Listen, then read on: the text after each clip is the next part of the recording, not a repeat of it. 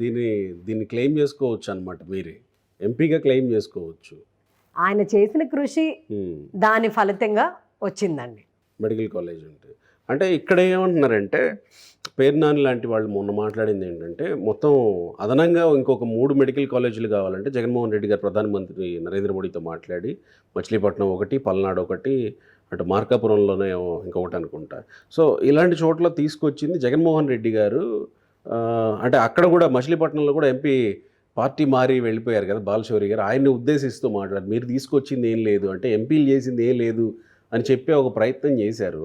కానీ ఇక్కడ కూడా ప్రజలు అట్లా అనుకుంటారేమో కదా, లోకల్గా జగన్మోహన్ రెడ్డో లేకపోతే లోకల్గా అక్కడ ఎమ్మెల్యే కాసుమహేష్ రెడ్డో తీసుకొచ్చారని అనుకునే అవకాశం ఉందేమో కదా. ఎంపీ గారిని గుర్తిస్తారా ఇక్కడ? అది ప్రజలే ఆన్సర్ చేయాలండి. ఆ క్వశ్చన్కి మాత్రం ప్రజలే ఆన్సర్ చేయాలి. బట్ ఎనీవేస్ నేను ఇందాక అన్నట్టు the facts remain the facts. So అలా చూసుకుంటే పర్మిషన్స్ తేవడానికి సార్ చాలా కృషి చేశారు. అండ్ అఫ్ కోర్స్ ఎగ్జిక్యూషన్కి స్టేట్ గవర్నమెంట్లో ఇక్కడ మన స్టేట్లో జరిగేది కాబట్టి సో కంబైన్డ్గా చెయ్యాలి కాబట్టి సెంట్రల్ గవర్నమెంట్ 60% మేము ఇస్తాము, 40% ఇందాక చెప్పినట్టు 40% మీరు పెట్టుకుని చేసుకోండి అని చెప్పారు. సో ఇది జరిగింది. వైద్యం మౌలిక సదుపాయాలకి అధిక ప్రాధాన్యం ఇచ్చినట్టే అనుకోవాలి. అవునండి. మీరు ఇంతసేపు చెప్పిందంతా డెవలప్మెంట్ అనో లేకపోతే ఇన్ఫ్రాస్ట్రక్చర్ డెవలప్మెంట్ గురించో లేకపోతే ఉద్యోగాల గురించో ఇంకేదో చెప్పుకుంటూ వచ్చారు. విద్య, వైద్యం ఇదంతా చెప్పుకుంటూ వచ్చారు. బేసిక్గా ఇప్పటివరకు పల్నాడు ప్రాంతం అంటే కత్తులు, నెత్తురు, బాంబులు, చంపడాలు, చావడాలు వీటన్నిటి గురించే మాట్లాడుకుంటూ ఉండేవాళ్ళు, ఎక్కువగా వింటూ ఉండేవాళ్ళం. మీరు ఇలాంటి కొత్త కొత్త పదాలు తీసుకొస్తుంటే ప్రజలు ఎట్లా తీసుకుంటారు దీన్ని, ఈ కొత్త పదాలని అని నా డౌట్. ఎక్కడైనా మార్పు అనేది ఉండాలి కదండి. Change is the most constant thing.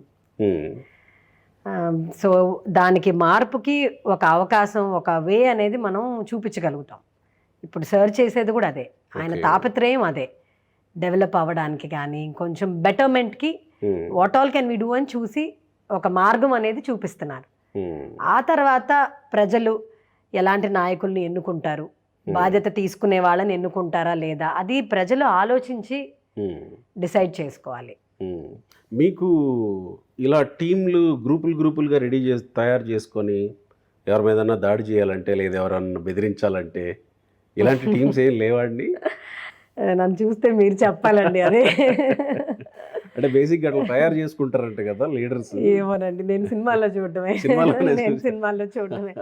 వినే ఉంటారా పల్నాడు గురించి ఎలా ఉంటుందో, పల్నాడులో పరిస్థితులు ఎలా ఉంటాయో యాక్చువల్లీ చూసానండి. బట్ నేను ఇలాంటి సిచ్యువేషన్స్ ఎప్పుడు చూడలేదు.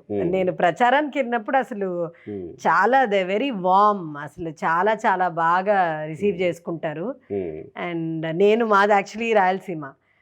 సో పల్నాడు ప్రచారానికి వెళ్ళిన ప్రతిసారి నాకు ఏదో వెళ్ళినట్టు చాలా ఫెమిలియర్గా అనిపిస్తుంది. అవును, నాకు ఆర్గానిక్ ప్రేమ విషయంలోనా లేకపోతే ప్రేమగా ఉంటారండి, బాగా నచ్చితే చాలా ఇష్టపడతారండి, నచ్చకపోతే అది తెలీదండి. అది నేను చెప్పలేను. బట్ అభిమానిస్తే చాలా ఏ ఎక్స్టెంట్ కైనా వెళ్తారు. సో అది that's a very good thing కదా. అది మీకు కనిపించింది ఇక్కడ కూడా? అవునండి, అది ఉంటుందండి. చాలా చాలా బాగుంటారండి, చాలా చాలా బాగుంటారు. ఈ టికెట్ కేటాయించే విషయంలో ఈసారికి గుంటూరుకి వెళ్ళమని వైసీపీ నుంచి ఎంపీ గారికి ఏదో ఆఫర్ వచ్చింది. కానీ ఎంపీ గారు కాదు నేను నర్సరావుపేటలోనే కంటెస్ట్ చేస్తాను అని చెప్పారు. అందుకే ఆయన పార్టీ మారాల్సిన పరిస్థితి కూడా వచ్చింది అనేది మీ వైపు నుంచి మీరు చెప్తున్నది. ఎందుకు నర్సరావుపేటనే కావాలని ఎందుకు అనుకున్నారు? నర్సరావుపేటకి ఇది ఇంతవరకు మనం మాట్లాడుకున్నట్లు ఇంత చేశారండి ఆయన.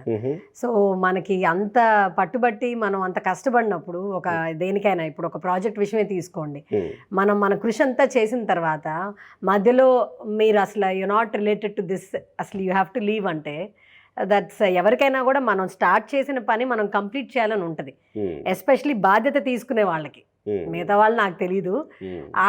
నేను ఇందాక ఫస్ట్లో చెప్పినట్టు మీకు ఏదైనా చెయ్యాలి అనుకుంటే 100% ఎగ్జిక్యూట్ చేసే మెంటాలిటీ తంది. సో ఇప్పుడు ఆయన స్టార్ట్ చేసినవన్నీ కూడా అది టోటల్గా కంప్లీట్ చేసి మొత్తం నేను ఇందాక అన్నట్లు ఆ నీరు అనేది, ఆ తాగునీరు సాగునీరు కూడా ఆయన అది కంప్లీట్ అయ్యాక అది ఎగ్జిక్యూట్ అయ్యి ప్రజలకి అందుబాటులోకి రావాలి అనేది ఆయనకు అది చాలా స్ట్రాంగ్గా ఉంది. ఎందుకంటే అది చాలా గట్టిగా తీసుకున్న సంకల్పం.